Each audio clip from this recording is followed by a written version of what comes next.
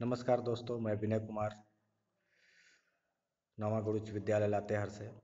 आज पालमपुर गांव के दूसरे भाग में हम लोग जानेंगे कि यहाँ की खेती की क्रियाएं कैसी थी।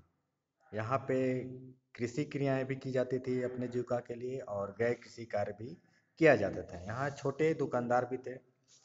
उत्पादन के कई क्रियाएं की जाती थी, जिसमें उत्पादन के संसाधन थे। उत्पादन के संसाधनों में भूमि, पूंजी, श्रम, संगठन इत्यादि आते हैं। पूंजी दो तरह की होती है, एक भौतिक पूंजी, एक अस्थाई पूंजी। भौतिक पूंजी उसे कहेंगे हम लोग जिसके अंतर्गत बहुत सारे चीज़ें जैसे औजार, मशीन, भवन इत्यादि आते थे।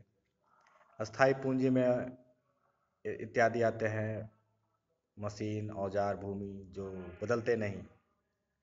और कार्यशील पूंजी वो होती है जो समय के साथ बदलते जाते हैं। भूमि से हमें लगान मिलता है, श्रम से हमें मजदूरी मिलती है इत्यादि बताया गया है। उत्पादन के संगठन ये सब है: भूमि, पूंजी, श्रम, संगठन। भूमि चूंकि स्थिर है और उत्पादन की क्रियाएं सीमित है, तो पालमपुर गांव में ये सब क्रियाएं होती थी।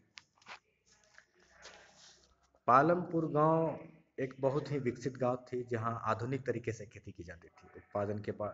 उत्पादन के साधनों को बढ़ाया जाता था, कृषि क्रियाएं की जाती थी। यहाँ बहुविधि फसल प्रणाली का भी उपयोग किया जाता था। बहुविधि फसल प्रणाली